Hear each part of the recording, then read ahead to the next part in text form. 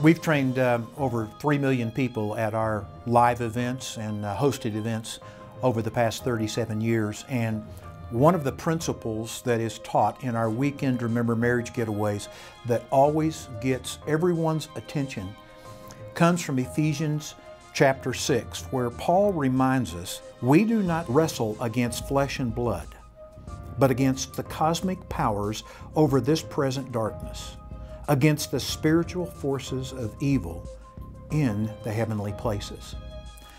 What Paul is saying here, and how I would apply this to marriage, is he's saying that your struggle and my struggle is not against my spouse.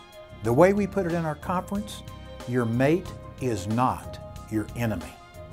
You two as a couple have a common enemy in this struggle against evil that every couple must wage war in. There have been times in our marriage where I have been convinced that my wife Barbara, my bride since 1972, was my enemy. Maybe the issue was money, maybe it was being on time, maybe it was sex, maybe it was expectations about how to spend a weekend. But it's real easy in those situations to forget that we as a couple have a common foe. And the temptation is to believe that she is my enemy.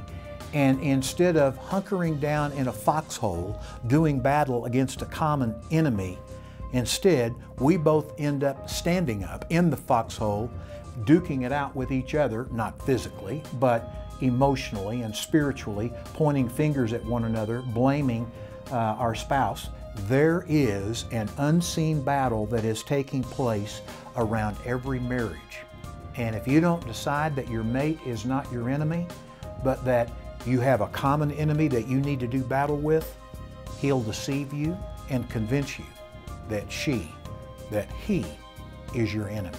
And your mate is not your enemy.